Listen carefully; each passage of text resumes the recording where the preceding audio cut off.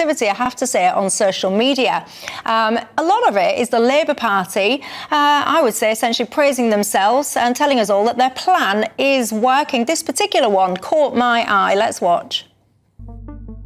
You asked us what we're doing to tackle illegal migration. This is our answer.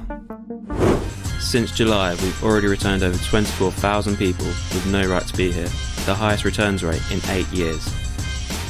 We're dismantling the people smuggling gangs who organise small boat crossings at their source. We're cracking down on illegal working with tougher laws, requiring all companies to carry out proper eligibility to work checks, or face fines and prison time. But we know there's more to do. We'll go further and faster to take back control of our borders. This is our plan for change in action. Well, firstly, I don't mean to be rude, but whoever that was doing that voiceover, he sounded bored out of his brain.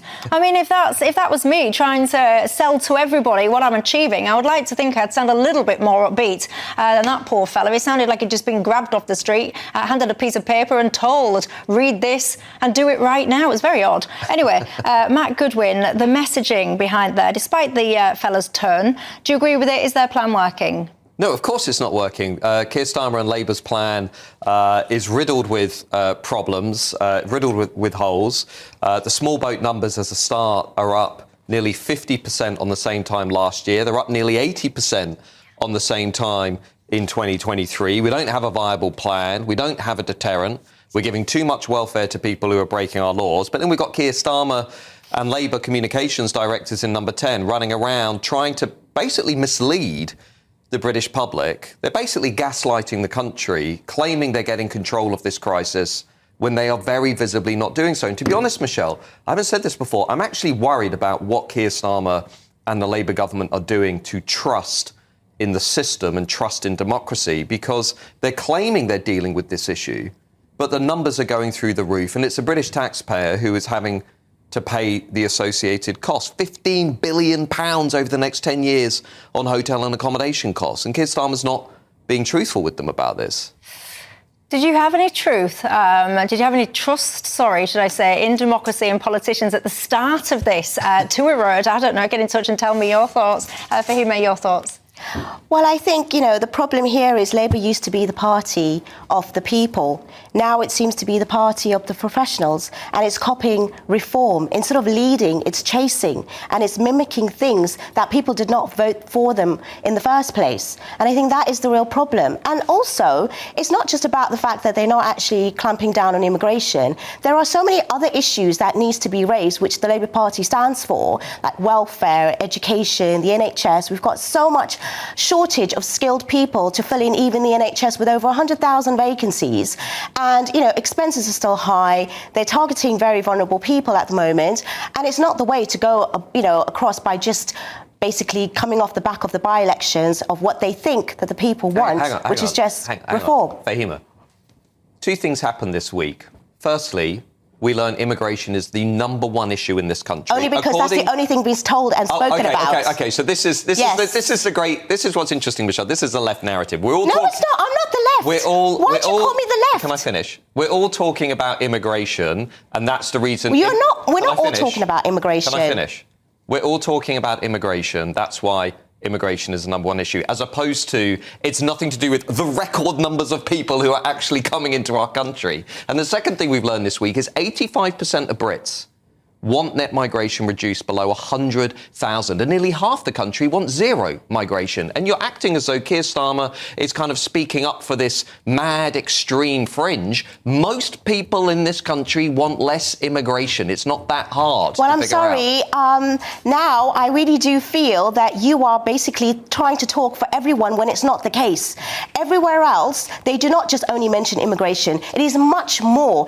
It's the only rhetoric that I hear from people like yourself. And I'm not calling you far right or right or anything, so don't call me that, because there's certain things that I even agree with when it comes to the other side. It's not about that. We have to do so much more to get this country back in order than just immigration, and that's not going to erase any of the economics and the problems that are there. So it is really not that. It's just what you want to raise and everyone else.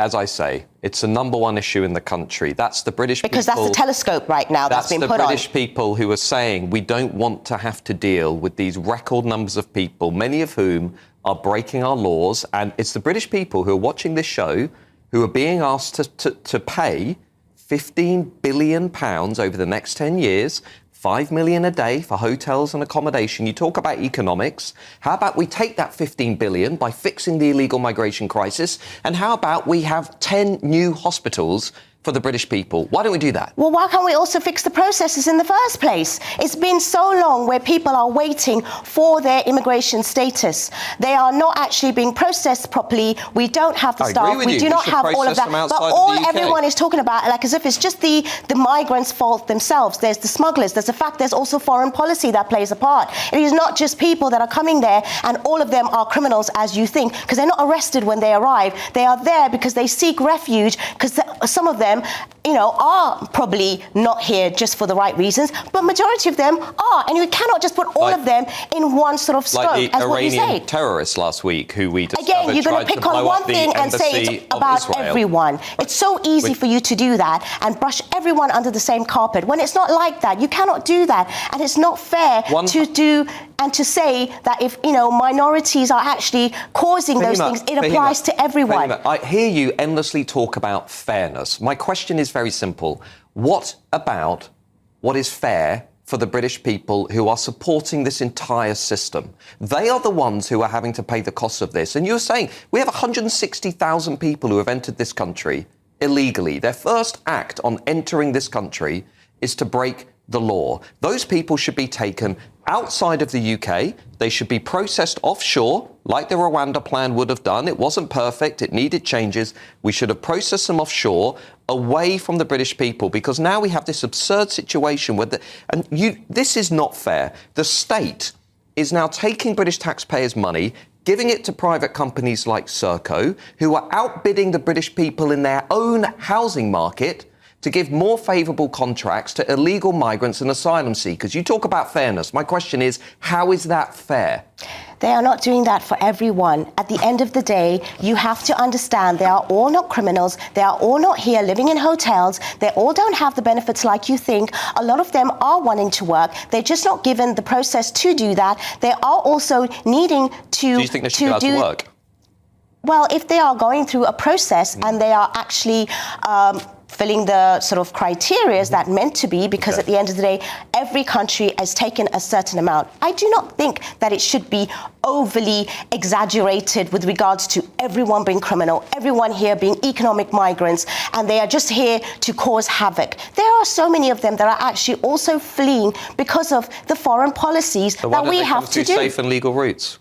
Because there are none. There are, of course there are. There are none.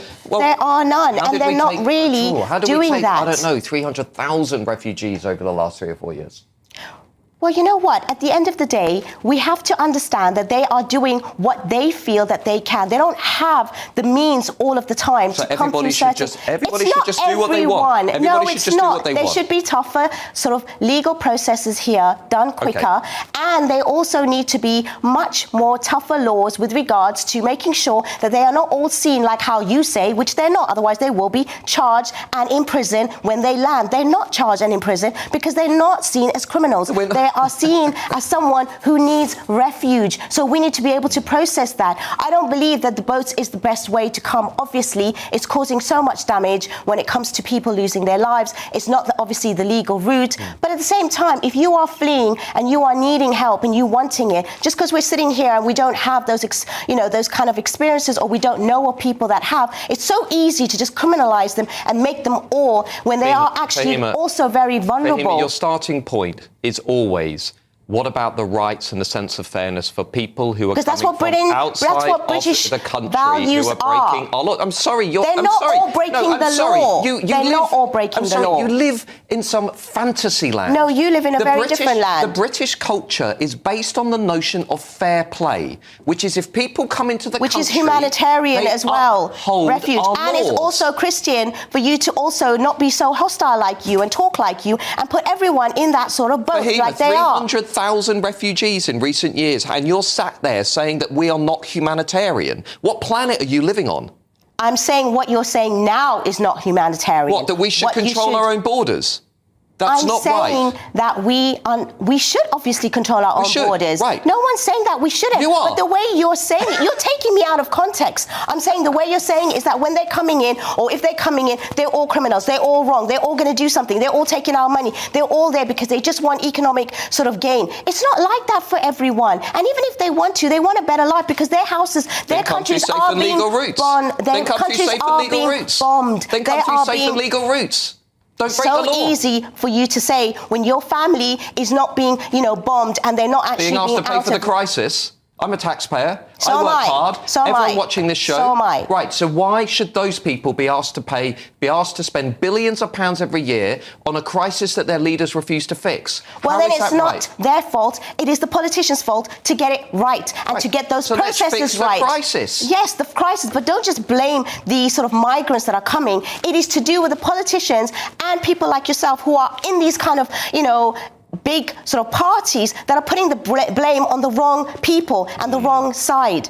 It should be fixing policies and making decisions that is also within rights of the humanitarian sort of an international law and looking after the British values. Not to say that, some of them are going to be criminal, but again, you put everyone I'm not going under. to take lectures on what are British values. I'm not giving you a lecture. I'm just giving you my point of view, like how you're giving me. Well, there you go. Two very different points of view. You at home will have a very strong opinion as well. As I just said at the start, you're always welcome to join this conversation.